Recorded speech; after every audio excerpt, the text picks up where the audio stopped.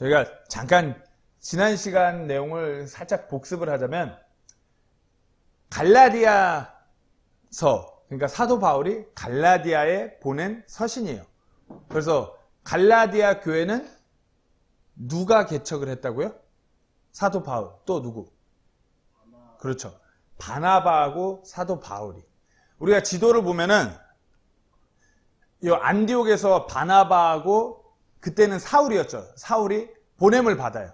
그래서 이 실루기아를 거쳐서 여기 키프러스 섬, 실라미 바보를 거쳐서 이쪽까지는 유대인 중심의 사역이어서 우리가 성경 사도행전을 읽어보면 바나바와 사울이 계속해서 언급이 되면서 이 사역을 이끌어 가다가 이게 버가에 도착하고 남갈라디아 지역에 들어서면서부터는 바나바 중심의 유대인들을 향한 사역이 아니라 이때부터는 이방인들을 향한 사역이 시작돼요. 그러면서 성경에서 보면은 사울이라는 이름이 갑자기 바울로 바뀌면서 이제 바울 중심의 사역으로서 언급이 되기 시작한다고 말씀드렸어요.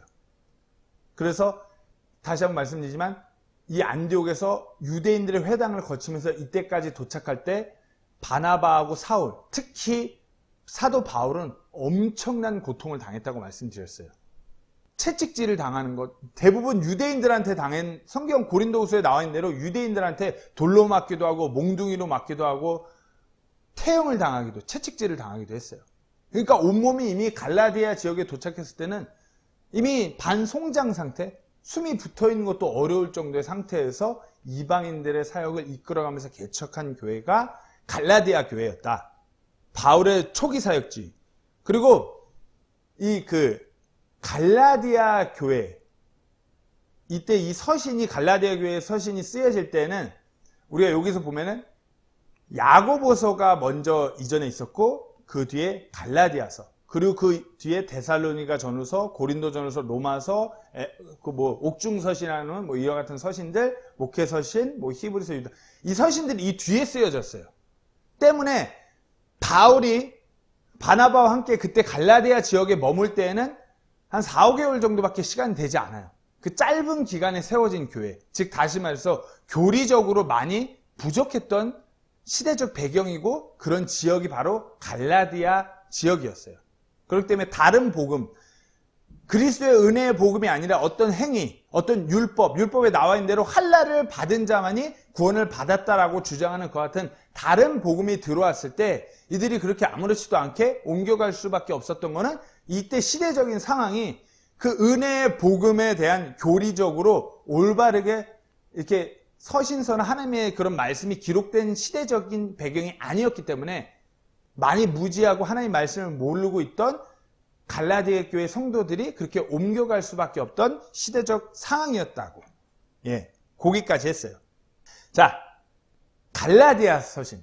이 서신은 다시 말씀드리지만 사도 바울이 갈라디아 서신을 쓴 목적은 갈라디아 교회에, 그 지역에 있는 교회들의 다른 복음을 전하는 자들이 들어와서 갈라디아 지역의 성도들이 그 다른 복음으로 옮겨가는 일들이 생긴 것이에요. 그래서 이 문제를 해결하기 위해서 사도 바울이 갈라디아 교회들에게 서신을 쓴 것이 이 갈라디아서예요.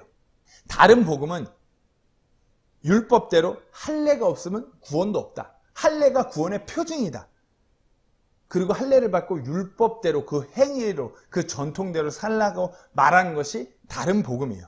사도행전 15장 1절에서는 이렇게 말하고 있습니다. 어떤 사람들이 유대로부터 내려와 형제들을 가르치며 이르되 너희가 모세의 관례대로 할례를 받지 아니하면 능히 구원을 받지 못하리라 하니. 즉 다시 말해서 이때 당시 갈라디아 교회에 들어온 다른 복음은 율법에 명시하고 있는 그 할례예요. 모세의 관례대로 할례를 받지 않으면 능히 구원을 받지 못하는 것. 그것이 다른 복음이에요. 그렇다면 이 다른 복음을 누가 갈라디아 지역에 와서 전했을까요? 누가 이 다른 복음을 갈라디아 지역 교회에 전했을까요? 첫 번째로는 유대인이겠죠. 사도행전 15장 1절 말씀에 유대로부터 내려온 형제들이에요. 유대인일 수 있고, 우리가 갈라디아서 오늘 본문의 1장 그 7절에서 8절 말씀은 곰곰이 읽어보면 정확히 어떤 사람이라고 성경에서 누구라고 콕 집어서 가르치지 않지만 그와 같은 사람들이 어떤 부류의 사람인지는 충분히 추측할 수 있게끔 성경 말씀에서 말씀해주고 있어요. 갈라디아서 오늘 보면 7절에서 8절 말씀 보면 그것은 또 다른 참 복음이 아니며 다만 너희를 어지럽히는 어떤 자들이 있어. 너희를 어지럽히는 어떤 자들이 있어. 그들이 그리스도의 복음을 왜곡하려 합니다. 예, 교회를 어지럽히고 그리스도의 복음을 왜곡하려는 그 자들이 다른 복음을 전한 자들이에요. 그러나 이와 같은 사람들에 대해서 추측할 수 있는 것이 우리나 혹은 하늘로부터 온 천사라도 우리가 너에게 선포한 복음에 어떤 다른 복음을 너에게 선포하면 그는 저주를 받을지어다. 첫째로는 유대인들이고요. 이 사람들은 분명히 어떤 종교적으로 아주 거룩해 보이는 사람들이에요. 심지어는 우리가라고 말하고 있어요. 우리가. 심지어는 우리같이 바나바와 바울과 같이 예수 그리스도의 복음을 증거하며 다니는 교회로부터 보내어짐을 받은 사람들, 그런 사람들이라도 할지라도 심지어는 갈라디아 지역에 와서 이렇게 전한 우리라고 하여도 우리가 전한 그 복음에 다른 복음을 말한다고 하면 이것은 아니다.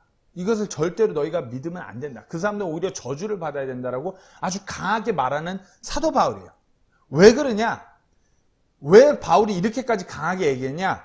우리 갈라디아서 2장 12절에 13절 말씀 보면은 베드로, 그 예수 그리스도의 복음을 전했던 베드로, 그리고 갈라디아 지역에 와서 그 은혜의 복음을 전했던 바나바마저도 그 다른 복음으로 이렇게 획가닥하는 것을 보게 돼요.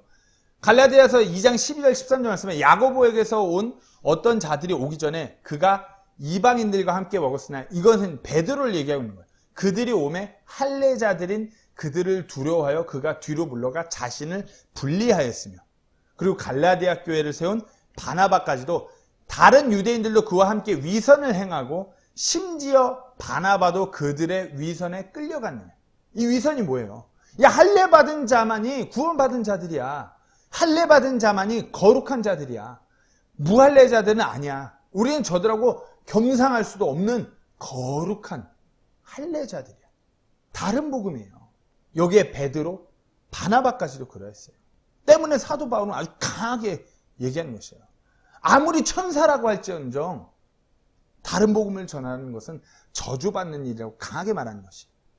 이를 토대로, 이 본문을 토대로 생각해 보실 때 야고보서를 기록한 야고보의 그 가르침을 오해한 자들, 오해한 유대인들이, 교회로부터 보내짐을 받은 그와 같은 유대인들이 다른 복음을 선포하고 다녔음을 우리가 추측하게 되고, 사도행전 15장을 읽어보면 오늘 본문의 배경 바로 뒤에 이제 예루살렘 공회가 열려요. 그러면서 예루살렘 교회의 장로, 가장 최고 지도자인 야고보가 땅땅땅 하면서 야, 이거 아니다.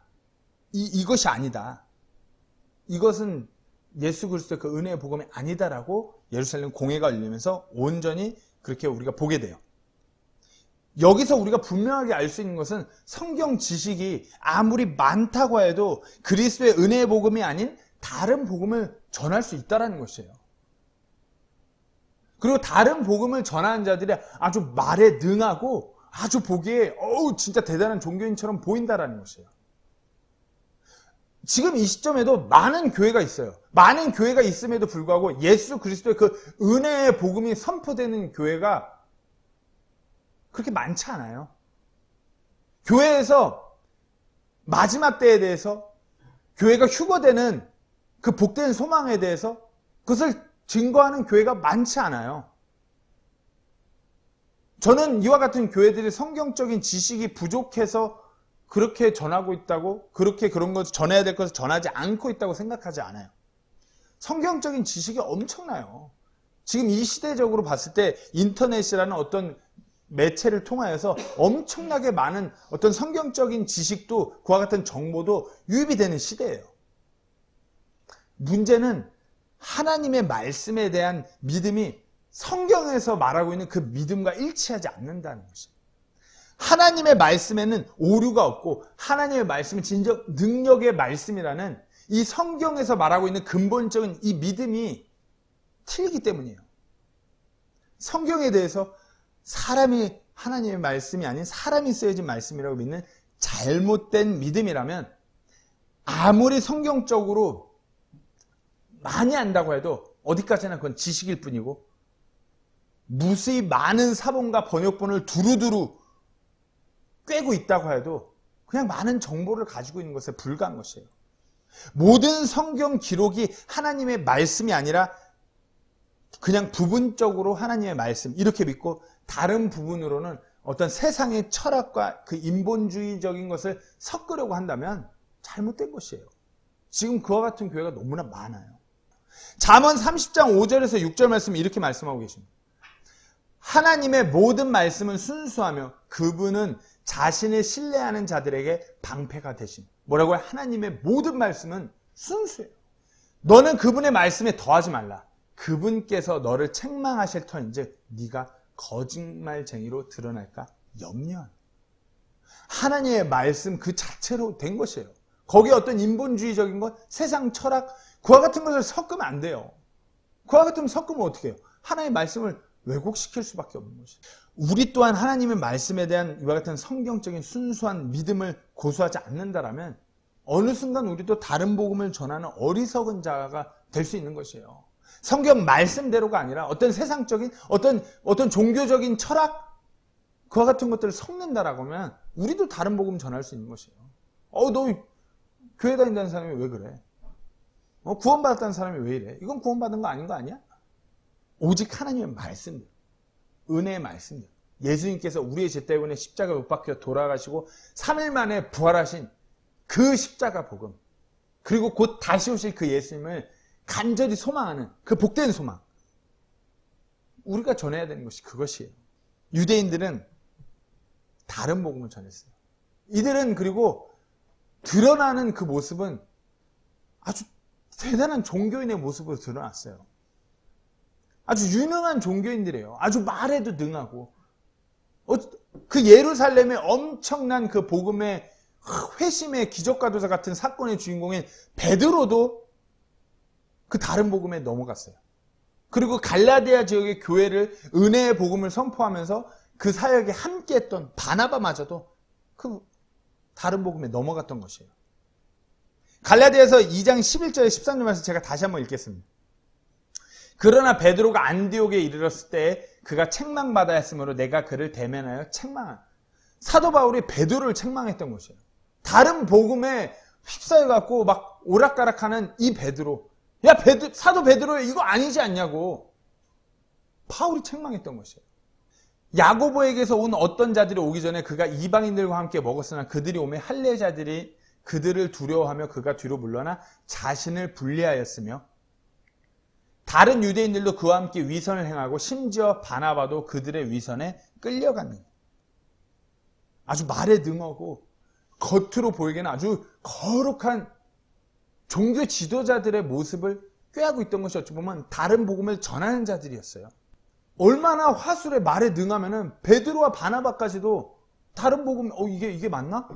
이럴 정도예요. 그리고 보여지고 드러나는 모습 자체도 그 어떤 행동거지 하나하나도 아주 거룩한 종교인의 모습이었을 것이에요.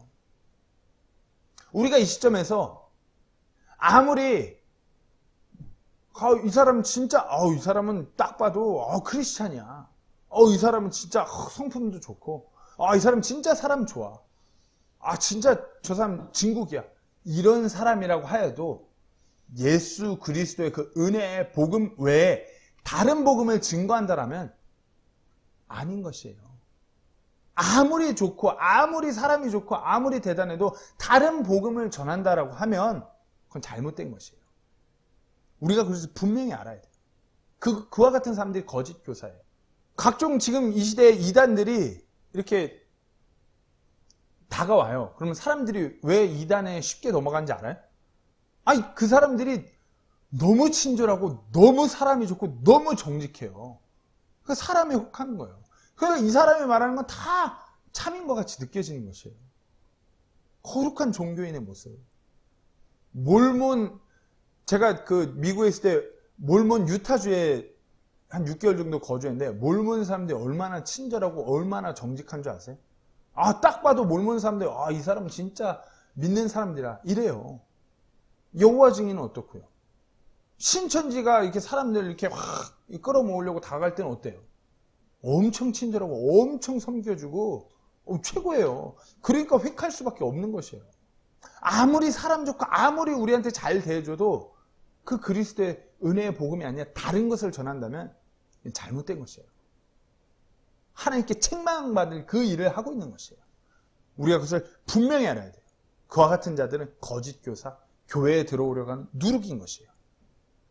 그리고 이 유대인들은 마지막으로 특권의식을 가지고 있는 자들이에요. 특권의식. 율법을 지키며 할례받은 자들은 무할례자들하고는 틀려. 우리는 저들하고 틀려. 구별된 자들이. 이런 특권의식을 갖고 있는 자들이었어요. 무할례자들하고 우리 할례자는 무할례자라고 밥도 같이 먹을 수 없어. 어떻게 우리가 저런 부정한 사람들하고 거룩한 우리가 식사를 같이 할 수 있겠어? 아니야. 우리는 거룩한 자들이야. 그래 갈라디아서 읽었던 12절 말씀 보면은 밥도 같이 안 먹는 거예요. 안디옥인데. 갈라디아도 아니야. 안디옥인데. 예루살렘이 익히 잘 알고 있는 이방인들의 교회가 올라온 그 지역, 안디옥의 지역교회 예루살렘에서 사도하고 그런 유대인 무리가 와갖고 밥도 같이 먹지 않아요. 어떤 계급을 잡고 나누는 것이에요. 우리만 특권을 갖고 있다고 그런 차별을 하는 잘못된 사고를 갖고 있는 것이에요. 예수 그리스도의 그 은혜의 복음 안에는 어떠한 차별, 어떠한 특권의식 같은 건 존재하지 않아요. 모두가 다 그리스도 안에서 하나님의 자녀인 것이에요. 갈라디아 3장 26절에서 29절 말씀. 너희가 다 그리스도 예수님을 믿는 믿음으로 말미암아 하나님의 아이들이 되었나니 너희 가운데 그리스도 안으로 침례를 받은 자는 다 그리스도로 옷 입었느니라.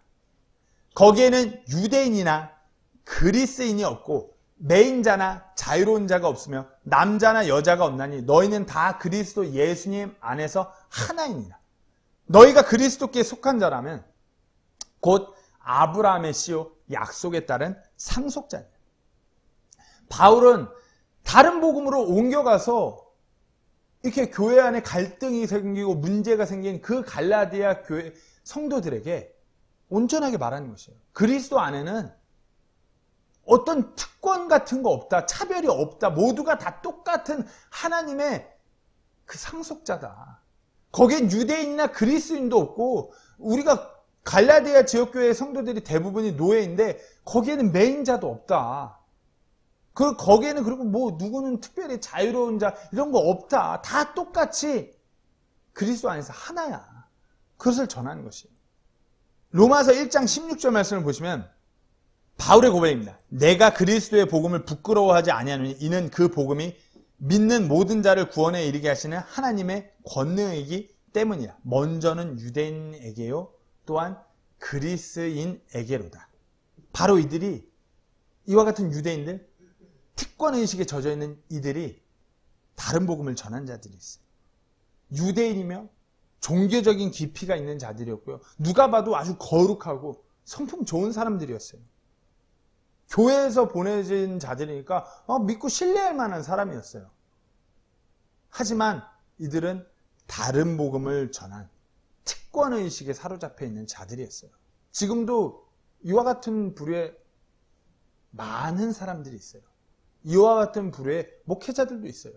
우리가 믿고 신뢰하는 것은 어느 특정 목회자의 말이 아니라 성경 말씀이에요. 어느 인품 좋고 성품 좋고 스펙 화려하고 말 잘하고 신뢰할 수 있는 그런 사람이 전하는 무언가를 신뢰하는 것이 아니라 우리가 믿고 의지하는 하나님의 말씀 그대로 근거해서 그 그리스도의 은혜의 복음을 우리가 붙드는 것이에요. 그리고 그 복음 안에는 우리가 동일하게 모두가 다 하나라고 말씀하고 있는 것이에요. 자, 그러면 이 갈라디아 교회의 이 성도들은 누구였느냐? 이 성도들이 누구였느냐?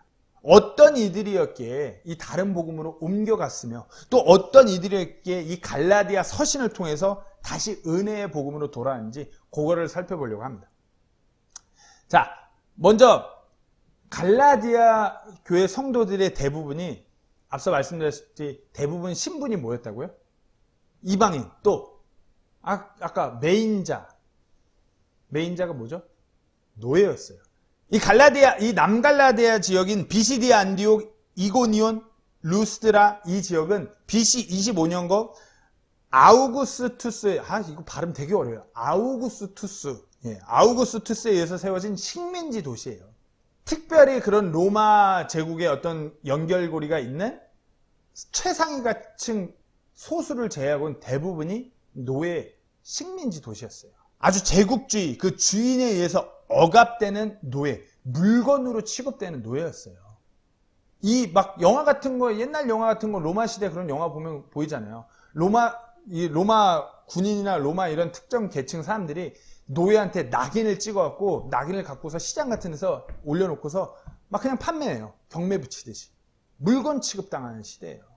어찌 보면 이들의 삶에는 이 세상에서 살아가는 어떤 희망, 소망, 그와 같은 빛 같은 거 없는 채 그저 노예로 하루하루 먹고 때리면 맞고 일하고 그런 이들이었어요. 그런 이들이 사도 바울이 전한 은혜의 복음, 그 복음을 전했을 때 궁극적으로 우리가 이 땅에서는 우리가 비록 매여 있지만 우리가 궁극적으로 매여 있는 자가 아니라 그리스도 안에서 자유로운 자라고 그렇게 다시 태어날 수 있는 그 특권을 얻은 것이었어요. 마틴 루터가 가장 좋아했던 성경이 바로 이 갈라디아서예요. 왜냐하면 이 갈라디아서에서 말하고 있는 믿음의 정의는 그 마틴 루터 때 그 암흑기, 천주교로부터 탁 탄압받는 이 암흑기에 천주교를 향한 비수를 꽂는 것이 갈라디아서였고요. 어찌 보면 이 사도 바울, 이 로마 제국 시대에서도 동일하게 로마 제국에 비수를 꽂는 서신이 바로 이 갈라디아서예요. 그리스도의 그 은혜의 복음 안에서 모두가 다 자유로운 자다. 믿음으로 더 이상 너희가 매인 자가 아니라 하나님의 아들, 하나님의 상속자, 자유로운 자다. 바울은 이 갈라디아 지역에 와서 너희가 지금 이 세상에서 노예라는 신분으로 있지만 그리스도를 통해서 너희가 궁극적으로 하나님의 아들이요 그분의 상속자라는 그 영적인 특권을 전한 것이에요. 그리고 이 갈라디아 서신을 통해서 다른 복음으로 옮겨간 자들에게 이것을 상기시키는 것이에요. 그리스도를 통해서 너희가 자유로운 자라고. 다시 율법이라는 그 할례라는 그 어떤 속박에 매이지 말라고. 하나님께서는 그와 같은 것을 우리에게 주시지 않았노라고 전하는 것이에요. 갈라디아서 4장 5절에서 7절 그리고 31절 말씀을 한번 읽겠습니다. 이것은 율법 아래 있는 자들을 구속하시고 또 우리가 아들로 입양되게 하려 하심이라. 너희가 아들임으로 하나님께서 자신의 아들의 영을 너희 마음속에 보내사 아바 아버지하고 부르짖게 하셨느니. 제 7절 말씀을 빼뜨리네요. 7절 말씀 제가 읽겠습니다. 그러므로 네가 더 이상 종이 아니요 아들이니 아들이면 그리스도를 통한 하나님의 상속자니라. 31절입니다. 그런즉 형제들아 이처럼 우리는 노예 여자의 아이가 아니요 자유로운 자의 아이니라. 갈라디아 교회 성도는 너희가 더 이상 이 세상에서 노예일지라도 자유로운 자라고 말하는 것이에요. 그리스도의 그 은혜의 복음을 받은 자는 아버지라고 하나님을 부를 수 있는 그 특권, 하나님의 상속자인 그 특권, 하나님께서 그렇게 말씀하셨더라고요. 그것을 전하는 것이에요. 그러면서 갈라디아서 5장 1절 말씀에 그리스도께서 우리를 자유롭게 하려고 자유를 주셨으니 그러므로 그 안에 굳게 서고 다시는 속박의 멍에를 매지 말라. 이것이 갈라디아 성도들에게 보내는 사도 바울의 서신이에요. 너희가 노예로 이 땅에서 신분 자체도 노예인데 왜 영적인 상태도 다시 그 속박의 멍에를 매면서 돌아가. 너희는 그 은혜의 복음을 받아들임으로 해서 자유로운 자인데 왜 다시 스스로를 속박하느냐. 그렇게 전한 사도 바울의 메시지였어요. 왜 이들이 이렇게 흔들리고 이럴 수밖에 없었을까? 다른 복음으로 이들이 이렇게 쉽게 흔들리고 옮겨갔던 그 가장 큰 원인은 이들이 영적으로 무지했기 때문이에요. 이들은 이방인이고 노예였어요. 글도 잘 읽을 줄 모르는 노예들. 하나님에 대해서 그 구약의 말씀을 통해서 그 하나님이 어떤 하나님인지, 어떻게 하나님의 자신의 백성을 지키는 것 같은 하나님인지 전혀 모르는 이방인 노예들이었어요. 그러니까 쉽게 넘어갈 수밖에 없는 것이에요. 자신들이 이 다른 복음을 전하는 그 사람들이 자신들이 그 12사도의 그 예루살렘으로부터 보내어졌다면서 와가지고 바울을 마치 야 쟤는 이단, 쟤는 뭐 12사도의 인정도 받지 못한 어떤 그런 이상한 거짓 교사라고 치부하면서 자신들이 말하는 그 율법, 할례라는 행위가 구원의 조건이라며 아주 그럴싸한 모습으로 그것을 거룩한 종교인의 모습으로 가르치니 무지한 이들은 그냥 이 거룩한 종교 지도자 이 유대인이 이렇게 말하네? 그러니까 흔들리는 것이에요.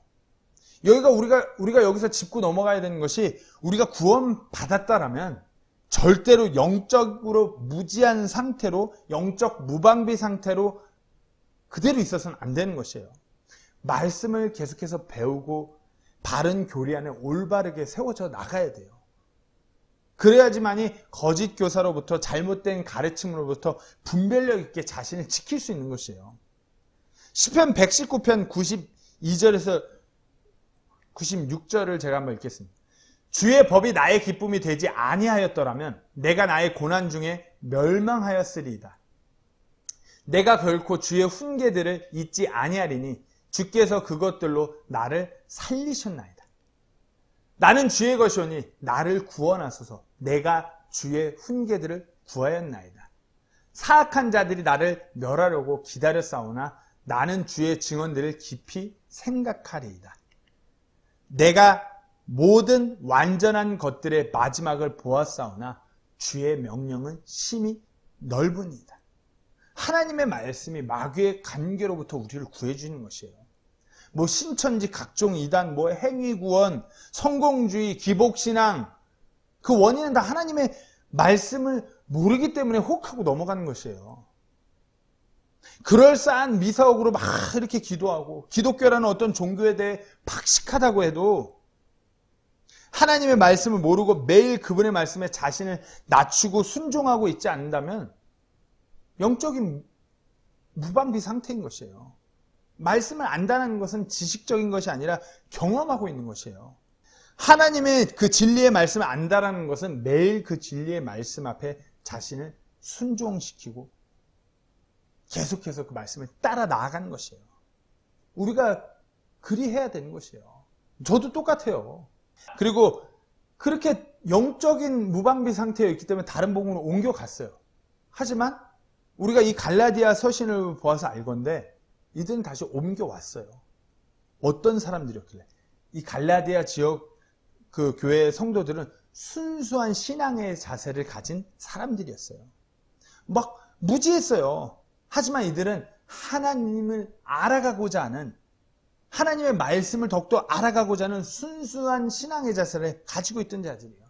무지했기 때문에 거룩해 보이는 그런 유대인 거짓 교사에 의해서 다른 복음에 옮겨갔었지만 하나님의 말씀을 온전히 바른 진리를 알아가고자 하는 그 열정, 그 순수한 믿음이 있기 때문에 다시 은혜의 복음으로 돌아온 것이에요. 성경 말씀에 그런 기록은 없죠. 근데 우리가 그것을 어떻게 알 수 있냐? 갈라디아서를 통해서 알 수 있는 것이에요. 갈라디아서는 신약일까요? 구약일까요? 신약이죠. 신약의 모든 성경은 27권이에요. 신약 성경 27권을 이렇게 채택된 것을 우리는 정경화되었다고 그렇게 얘기해요. 초대교회 그 교회들이 그것을 인준해서 정경화 작업을 했어요. 그렇잖아요. 그때 시대에 뭐 외경이라는 막 잡다한 그런 서신들이 다 이것이 하나님의 말씀을 막 할 때 왜 갈라디아서를 신약 성경으로 이 정경으로서 채택했냐? 우리가 거기 집중해야 돼요. 이미 이 갈라디아 서신, 사도 바울이 갈라디아 지역교회에 보냈던 이 서신을 통해서 교회에 엄청난 사건들이 있었기 때문에 교회들이 이 갈라디아 서신을 하나님의 말씀으로 확실하게 믿고 붙들고 있었기 때문이에요. 정경화 작업의 원칙 중 하나는 교회에서 굳게 붙잡고 있는, 교회에서 인정하고 있는 권위를 받는 하나님의 말씀이 정경으로 채택되는 거였어요. 그만큼 갈라디아서는 성경 말씀 어디에도 뭐 갈라디아 교회에 이런 문제가 있었다고 서신을 썼는데 그 문제가 해결되었다라는 기록이 없지만 이 갈라디아서가 성경 말씀의 신약에 이렇게 기록되어 있다라는 것은 이 문제가 이 서신을 통해서 이와 같은 갈등들이 이 다른 복음이 교회 안에 들어와서 어지럽혀는 이와 같은 문제가 해결되었다는 것이에요. 갈라디아 교회는 이와 같이 하나님의 말씀에 대해서 알아가고자 하는 열망이 있었기 때문에 그 진리를 온전히 바로 깨달아 알고자 했었기 때문에 이 구원받은 그리스도인들 안에 성령님께서 사도 바울의 하나님의 영감으로 기록된 이 서신이 이들에게 전해졌을 때 그 진리를 바로 깨달아 알게 하신 것이에요. 순수한 말씀을 진리를 더 알아가고자 하는 이들의 그 신앙의 자세에 성령님께서 일하신 것이에요. 우리가 그것을 확실히 아셔야 돼요. 하나님의 말씀은 능력의 말씀이에요. 그런데 문제는 제가 매주 얘기해요. 마르고 닳도록 얘기해요. 우리가 하나님의 말씀을 덮고 살아요. 귀 기울이려고 하지 않아요. 붙잡으려고 하지 않아요. 스마트폰은 하루에도 수십 번 껐다 켜요. 아니 수백 번 껐다 켜요. 근데 하나님의 말씀은 몇 번 펴요. 아니 일주일에 몇 번 하나님의 말씀을 피나요. 성경 공부 이런 거 예배 시간 말고요. 우리가 하나님의 말씀을 일주일에 몇 번이나 피시나요? 내가 하나님의 그 능력의 말씀을 붙잡고자 스스로 내 자신을 하나님께 끌고 가서 말씀을 이렇게 폈던 그와 같은 날이 일주일에 몇 번이나 있나요? 왜 교회에서 예배를 소홀히 하고, 왜 교회에서 예수님의 다시 오심을 소망하지 않고, 왜 교회에서 예수 그리스도의 그 고난에 동참하지 않냐고 그 이유를 묻는다면, 입술로는 그럴싸하게 종교인의 모습을 보이지만 그 안을 들여다보면 하나님의 말씀을 덮고 있기 때문에 그래요.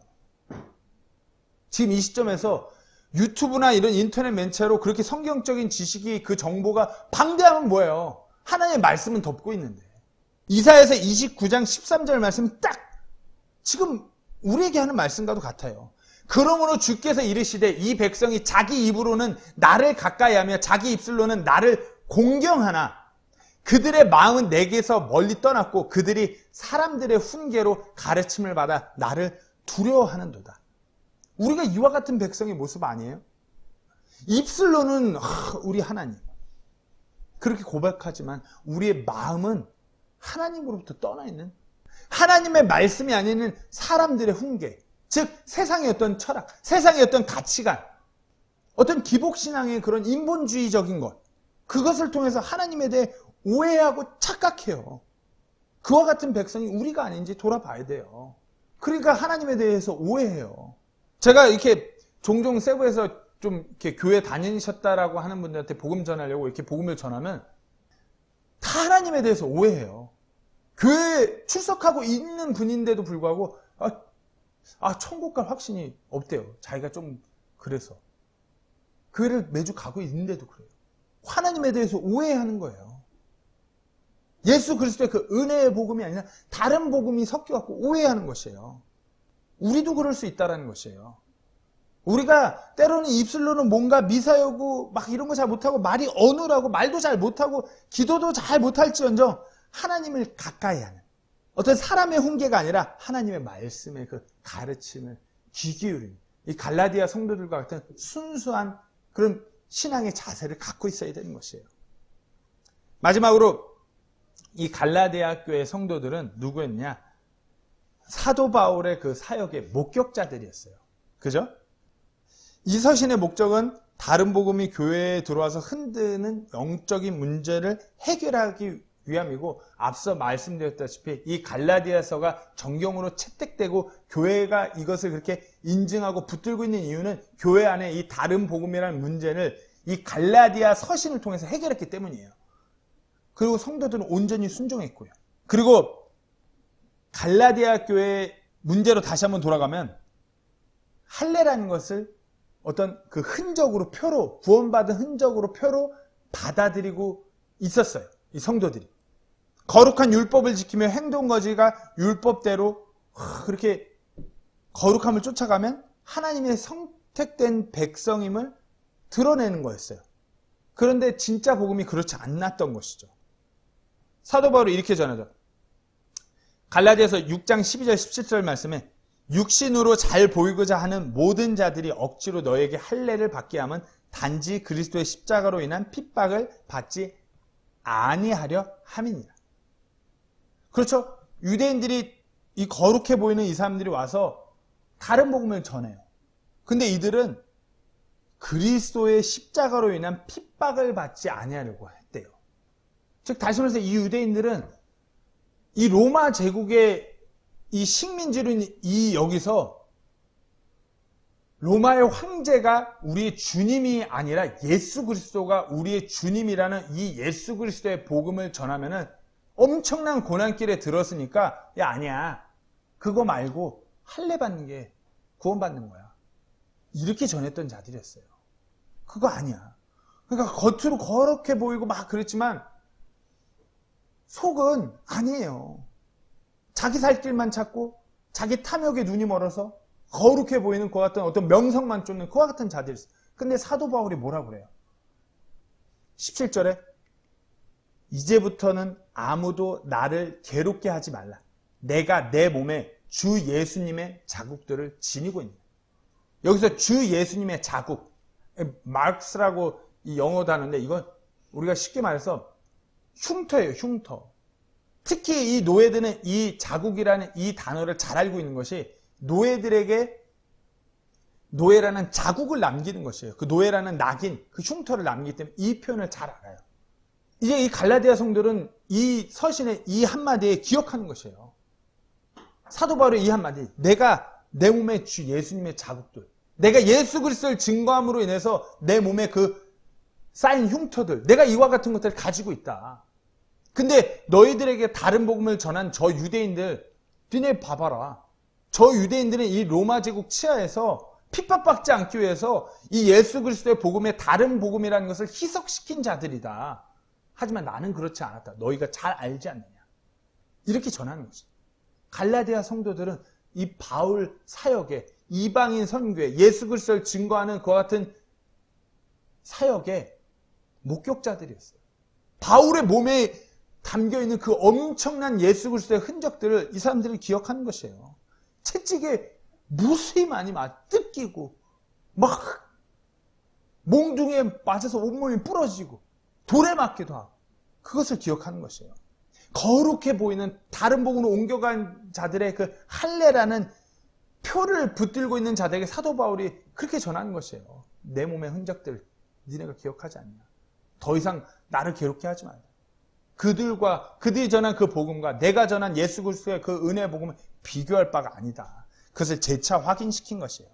아마 그리고 갈라디아 성도들은 이 마지막 한마디, 갈라디아에서 끝부분에 이 바울의 이 고백에 눈물을 흘리면서 무릎 꿇었을 것이에요.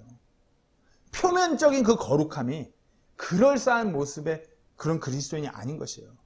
곧 쓰러질 것 같고 주저앉을 것 같고 곧 모든 것을 포기할 것 같아 보이지만 처절해 보일 정도로 그렇게 버티면서 예수 그리스도를 증거하고자 구원받은 자로서의 그 구원을 드러내면서 살아가는 그것이 그리스도인의 모습인 것이에요. 갈라디아 성도는 이것을 기억한 것이에요. 바울이 이렇게 자신의 흔적에 대해서 얘기하니까 갈라디아 성도들은 이 바울을 통해서 어찌 보면 예수 그리스도를 바라보는 것이에요. 바울이 그렇게까지 복음을 전했던 이유, 왜? 예수님께서 우리를 대신하여 우리 죄 때문에 십자가에 못 박혀 돌아가신 손에 박힌 그 못자국, 배에 찔린 그 창자국, 그 예수님을 바라보게 하신 것이에요. 머리에는 그 가시관 자국이, 온몸에는 그 끔찍한 고통의 흔적이 남아있는 그 예수님, 우리 때문에 십자가에 못 박혀 돌아가신 그 예수님을 바울을 통해서 바라보게 하는 것이에요. 그리고 갈라디아 성도들도 그 고난에 동참하는 것이에요. 우리도 그러해야 되는 것이에요. 제가 사진 2장 보여드리고 말씀을 마치려고 합니다. 이게 무슨 자국인지 아세요? 모르시겠죠? 아는 사람만 알 수 있는 몸에 난 자국이에요. 아는 사람만 알 수 있는 자국이에요. 네, 튼 거예요. 이게 왜 텄을까요? 아는 사람만 알아요. 살 뺐을 때 배가 이렇게 늘어나 있는데 또 다른 힌트. 아시네 역시. 방금 그 배는 우리 와이프 사진 아니에요, 참고로. 방금 그 배는 쌍둥이를 임신했던 임산부들의 배의 사진이에요. 애가 한 명이 아니라 2명이 배에 들어있으니까 엄청나게 늘어나요. 살이 엄청나게 틀 수밖에 없어요. 이 자국은 아는 사람만 알지 일반 임산부도 잘 몰라요. 그 정도로 이렇게 살이 트는지. 우리도 똑같아요. 세상에서 우리가 그리스도인으로서 그리스도인의 그 흔적들을 당하면서 살아요. 세상 사람들은 그게 뭐냐, 왜 그렇게 사냐 이렇게 할지언정, 세상 사람들은 그 자국에 대해서, 그 흔적에 대해서 모를지언정, 우리가 예수님 앞에 섰을 때 예수님께서 우리가 예수 그리스도로 인하여서 바울과 같이 우리 삶 가운데 남겨진 그 흔적에 대해서 예수님께서 잘하였노라고 칭찬할 것이에요. 이 땅에서 표면적으로 그럴싸해 보이는 그와 같은 모습을 추구하려고 하지 마세요. 안정된 삶, 안락한 삶, 누가 봐도 인정받는 삶, 그런 삶이 아니라 바울과 같이 갈라디아 성도들이 기억하는 그 그리스도의 은혜의 복음을 증거했던 그 바울의 몸에 있던 그 흔적, 그와 같은 흔적을 우리 삶 가운데 남기는 그와 같은 그리스도인으로 나아가셔야 돼요. 그 일에 기쁨으로 그렇게 자신을 들이셔야 되는 것이에요. 우리도 그와 같은 삶으로 들여질 때 진짜 예수님 앞에 섰을 때 예수님께서 내가 네 삶 가운데 그 자국들, 너가 나를 위해서, 나를 증거하기 위해서 나아갔던 그거 네가 그렇게 잘했으면 내가 기억한다. 그렇게 칭찬받는 우리 모두가 되기를 간절히 소망합니다. 기도하고 마치도록 하겠습니다.